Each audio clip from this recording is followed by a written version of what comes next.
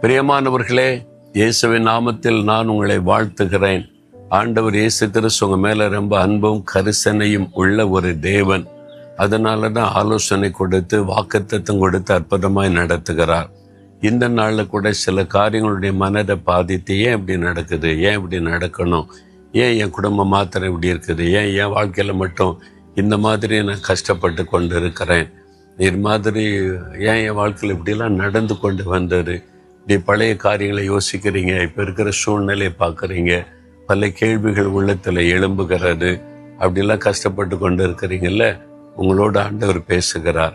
என்ன பேசுகிறார் தெரியுமா? ஏசாயா 43:18 முந்தினவைகளை நினைக்க வேண்டாம், பூர்வமானவைகளை சிந்திக்க வேண்டாம்.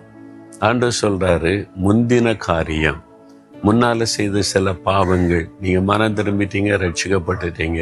அந்த பழைய பாவத்தை பிசாசு ஞாபகப்படுத்துறானா, அது சாத்தானுடைய தந்திரம். நீ இப்படிலாம் பாவம் செய்ததானா இன்னைக்கு உனக்கு எப்படி ஆசீர்வாதம் வரும்?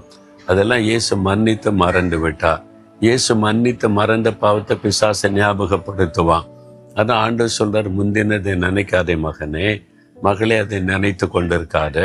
முந்தின தோல்விகள், ஏமாற்றங்கள், நெருக்கங்கள், கடந்து வந்த பாதையில் ஏற்பட்ட சில காயங்கள், அது உள்ளத்தை விட்டு போக மாட்டேங்க. உள்ளுக்குள்ளே அந்த காயமாக இருக்கிறதுனால அதை நினச்சி அப்போ ஏன் வாழ்க்கையில் அதனால தான் நன்மையே நடக்க மாட்டேங்குது, தீமையே நடக்கிறது என்று சோர்ந்து போகிறீங்க. ஆண்டவர் சொல்றாரு, என் மகனை, முந்தினதை நினைக்காத, பூர்வமானதை சிந்தித்து கொண்டு இருக்காத. எங்கள் அப்பா காலம் எப்படி இருக்கு தெரியுமா, எங்கள் தாத்தா எப்படி இருந்தார் தெரியுமா, இப்படி முந்தின காலம் என்ன தெரியுமா, நீ பெருமை பேசி கொண்டு இருந்து இன்றைக்கு அது பயன்படாது, இன்றைக்கு ஆசீர்வாதம் வராது. ஆண்டவர் சொல்றாரு, நீ அதை மன்னித்து அதை மறக்கணும், உள்ளத்தை விட்டு அது விலைக்கு போகணும். அப்படி முந்தினதை நினைக்காதபடி, பூர்வமானதை சிந்திக்காதபடி மறக்கும் பொழுது புதிய காரியம் நடக்கும், ஆசீர்வாதம் உண்டாகும், நன்மைகள் உண்டாகும். இன்றைக்கு ஆண்டவர் அதைத்தான் சொல்லுகிறார். பாருங்க, ஒரு மகள் வாழ்க்கையில ஏமாற்றப்பட்டாள். ஒரு மனிதன் திருமணம் செய்துட்டு கொண்டு போய் அவனுக்கு ஏற்கனவே ஒரு பெண்ணோட தொடர்பு, வெளிநாட்டுக்கு இந்தியாவிலேருந்து கல்யாணம் பண்ணி கூட்டிகிட்டு போனாங்க. பெரிய ஷாக். அவன் வேறு பெண்ணோட வாழ்ந்து கொண்டு இருக்கிறான். அவங்க அம்மா அப்பா சொன்னதுக்காக இந்த பிள்ளையை ஏமாற்றி கல்யாணம் பண்ணிட்டு போயிட்டான். அப்படி வாழ்க்கையை உடைந்து விட்டது. ஒரு நாள் கூட வாழவில்லை. சில வருடங்கள் மாற்றம் வரும்னு எதிர்பார்த்து கடைசியில் அவன் அந்த பெண்ணோட வாழ்ந்துட்டான். டைவர்ஸ் பண்ணியாச்சு. இப்போ இந்த மகளுக்கு இனிமேல் அவ்வளோதான் நம்ம வாழ்க்கை முடிஞ்சது. சிலர் சொல்கிறாங்க, நான் எங்களுடைய காரியத்தை அறிந்து திருமணம் செய்யலான்னு சொல்லி. பயம், கலக்கம், ஏற்கனவே ஏமாந்துட்டோம், கஷ்டப்பட்டுட்டோம், இனிமேல் தேவையான்னு சொல்லி அந்த சமயத்தில் அந்த ஜெபிக்க வந்தாங்க. நானும் என் மனைவியும் அந்த மகளோடு பேசினோம்.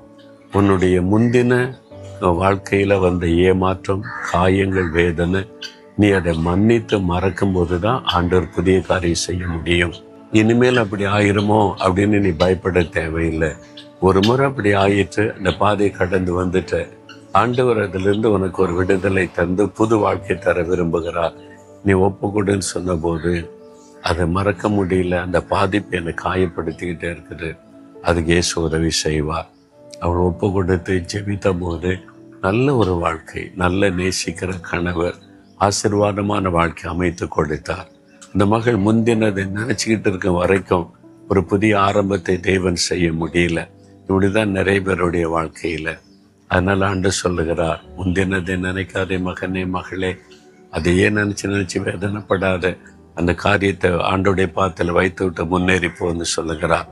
ஜெபிக்கிறீங்களா? இதயத்தில் கை வைத்து, இயேசுவே, இதை என்னை காயப்படுத்தி இருக்கிறது. முந்தின வேதனைகள், கஷ்டங்கள், இழப்புகள், நிந்தைகள், நெருக்கங்கள், முந்தின தோல்விகளை என்னை ரொம்ப பாதித்திருக்கிறது. அதை அடிக்கடி நினைச்சு வேதனைப்படுகிறேன். அதை என் உள்ளத்தை விட்டு எடுத்து போடுங்க. அந்த சிந்தனையை மாற்றுங்க, அந்த காயங்களை மாற்றுங்க. முந்தினதை நினைத்து கொண்டே இருக்காதபடிக்கு எனக்கு ஒரு புதிய ஆரம்பத்தை கொடுங்கன்னு இந்த மகன் செபிக்கிறாங்க, இந்த மகள் செபிக்கிறாங்க. இன்று முதலே ஒரு மாற்றத்தை கட்டளையிட்டு அவளை மகிழ பண்ணும். இயேசுவின் நாமத்தில் ஜெபிக்கிறேன் பிதாவே, ஆமென்.